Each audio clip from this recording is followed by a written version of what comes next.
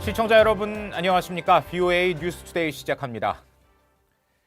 이 네팔 정부가 유엔 안보리 대북결의 이행 차원에서 다음 달 말까지 네팔에 있는 북한 사업체들을 모두 철수하라고 요구한 것으로 알려졌습니다. 미 국무부 당국자가 네팔을 방문해 대북 제재 이행을 촉구한 뒤 나온 조치입니다. 김칸희 기자가 보도합니다. 네팔에서 북한 측이 운영하고 있는 사업체는 음식점 6개와 소프트웨어 회사 2개, 그리고 병원 1개입니다. 네팔 정부는 이들 북한 사업체 9곳에 대해 다음 달 말까지 철수 요구를 전달한 것으로 알려졌습니다. 네팔 산업부는 네팔 주재 북한 대사관에 북한 측의 사업 비자가 만료되는 10월 말까지 모두 철수할 것을 전달했다고 카바로흡 등 현지 언론들이 보도했습니다. 앞서 네팔 산업부는 지난달 네팔 주재 북한 대사관의 김종혁 부대사와 사업체 운영 북한인들을 불러 8월 15일까지 사업체를 폐쇄하라고 요구했지만 북한 측은 이를 이행하지 않은 것으로 보도됐습니다. 네팔 산업부의 프렘 루이텔 국장은 이에 따라 10월 말까지 사업체 철수라는 최후 통첩을 할 수밖에 없었다고 밝혔습니다. 네팔은 그동안 북한의 사이버 범죄와 금밀수, 돈 세탁 등의 중개지로 활용되었습니다. 네팔의 이번 조치는 마크 램버트 미 국무부 대북 특별 부대표가 지난 6월과 7월 네팔을 잇따라 방문해 대북 제재 이행을 촉구한 뒤 나왔습니다. 네팔 주재 북한 대사관 측은 비자 기간 만료 이후 네팔에 불법 체류하며 불법 노동 행위를 하다 적발된 북한 노동자 14명에 대한 비자 연장 로비를 벌인 것으로 알려졌습니다. 비동맹 국가의 대북 제재 이행 참여는 중요한 신호이며 북한을 더 고립시킬 것이라는 분석이 나옵니다. This is the cost of them doing illicit business. Kind nobody in the world likes. Nobody likes that happening, and when they get a sense that the North Koreans may be using their territory to do it. 브라운 교수는 또 올해 말까지 북한 노동자 전원 복귀 송환을 의무화한 유엔 안보리 대북 결의가 네팔 정부의 북한 기업체 철수 조치를 이끌었을 것으로 분석했습니다. VOA 뉴스 김칸입니다. 선박 간 불법 환적은 북한의 대표적인 제재 회피 방법으로 국제사회가 주목하고 있죠. 이 불법 환적에는 다국적의 조직과 개인이 관여하는 만큼 단속을 위해서는 국제 공조가 핵심이라고 전문가들은 지적하는데요. 유엔 안보리 대북제재위원회 전문가 패널을 지낸 전문가를 오택성 기자가 인터뷰했습니다. 최근 공개된 유엔 안보리 대북제재위원회 전문가 패널 보고서에서 가장 중요하게 다뤄진 문제는 북한의 불법 환적입니다. 미국 역시 재무부 차원에서 불법 환적에 가담한 업체와 선박 등을 특별 제재 대상에 추가하고 있습니다.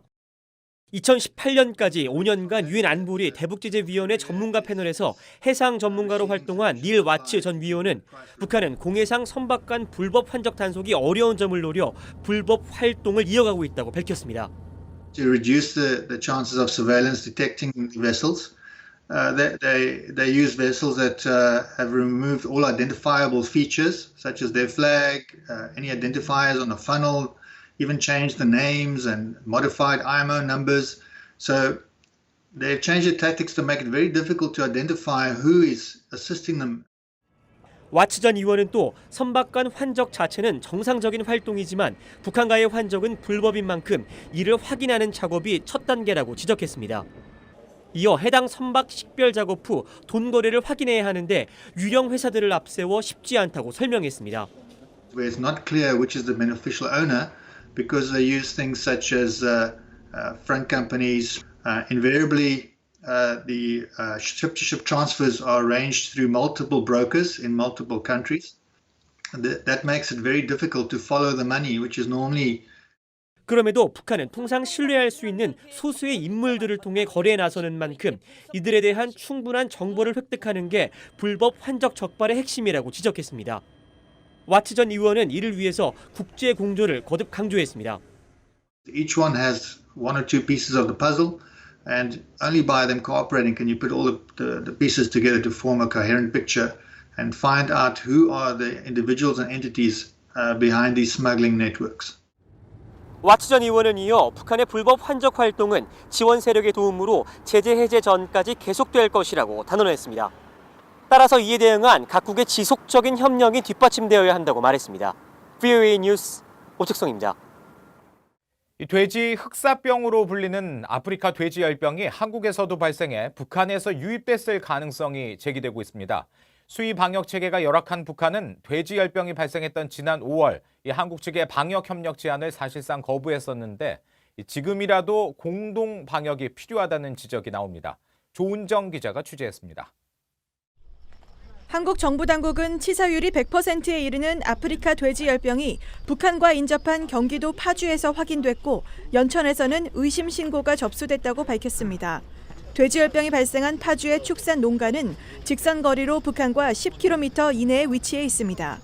최근 태풍으로 남북 접경 지역에 많은 비가 내려 북한에 있던 야생 멧돼지 등이 떠내려오면서 바이러스가 전파됐을 가능성이 거론되고 있습니다. 북한은 앞서 지난 5월 자강도의 협동농장에서 아프리카 돼지열병이 발생한 뒤 국제기구에 발병 사실을 보고해 전국 확산 가능성이 추정됐었습니다. 당시 한국 정부는 방역 협력을 제안했지만 북한은 응하지 않았습니다. 북쪽에 있는 돼지열병이 남쪽으로 올라올 수도 있기 때문에 그런 것들은 사실은 이제 미리 방역을 했더라면은 그런 점에서 조금 좋은 결과가 있을 텐데. 한국 정부는 아프리카 돼지열병 확산 방지를 위한 약품과 진단 장비 지원, 방역 인력 파견 등 여러 방안을 검토한 것으로 알려졌습니다. 전문가들은 사태의 심각성을 감안하면 지금이라도 남북 공동 방역을 다시 추진해야 한다고 강조했습니다. 사실 100% 이룰 정도로 엄청난 거거든요. 그리고 전염성도 너무 강하고 또 백신도 없고 해가지고 굉장히 급한 상황이라 북한도 이게 가만히 있다가는 아주 큰 피해를 보게 되거든요. 아프리카 돼지열병은 유럽을 거쳐 지난해 8월 중국에서 발병한 이래 몽골, 베트남, 캄보디아, 북한, 라오스 등 아시아 지역에 급속도로 퍼졌습니다. 북한은 돼지열병 발병을 국제기구에 보고한 이후 추가 상황을 전혀 알리지 않고 있습니다. 전문가들은 북한의 동물 전염병 방역 연구가 부족하고 약품과 장비도 갖추지 못하고 있다면서 아프리카 돼지열병 확산을 막기 위한 공동 방역을 북한이 수용해야 한다고 강조했습니다. VOA 뉴스 조은정입니다. 도널드 트럼프 대통령이 존 볼튼 전 국가안보보좌관의 후임으로 5명의 후보를 검토하고 있다면서 후보군을 공개했습니다. 캘리포니아주를 방문한 트럼프 대통령이 17일 전용기 내에서 기자들에게 언급한 후보군은 로버트 오브라이언 인질문제 담당 대통령 특사와 릭 와델 전 NSC 부보좌관, 리사 고든 해거티 에너지부 핵안보 차관, 또 중앙정보국 분석관 출신으로 볼턴 전 보좌관의 비서실장을 지낸 프레드 플레이츠 안보정책센터 대표, 또 마이크 펜스 부통령 국가안보보좌관인 키스 켈로그 등 5명입니다. 북한 영변의 5메가와트 원자로가 연료를 제거한 후 새 연료를 주입할 충분한 시간 동안 가동이 중단되고 핵물질 농축시설을 사용한 징후가 있었다고 국제원자력기구 IAEA가 밝혔습니다. IAEA는 오스트리아 빈에서 열리고 있는 제63차 정기총회에 제출한 보고서를 통해 영변 핵연료봉 제조 공장에서 냉각장치 가동과 차량 이동 등 원심분리 농축시설 사용 징후가 있었다며 이같이 밝혔습니다. 보고서는 북한의 핵 활동에 중대한 우려를 표시하면서 이는 관련 안보리 결의의 명백한 위반이라고 지적했습니다.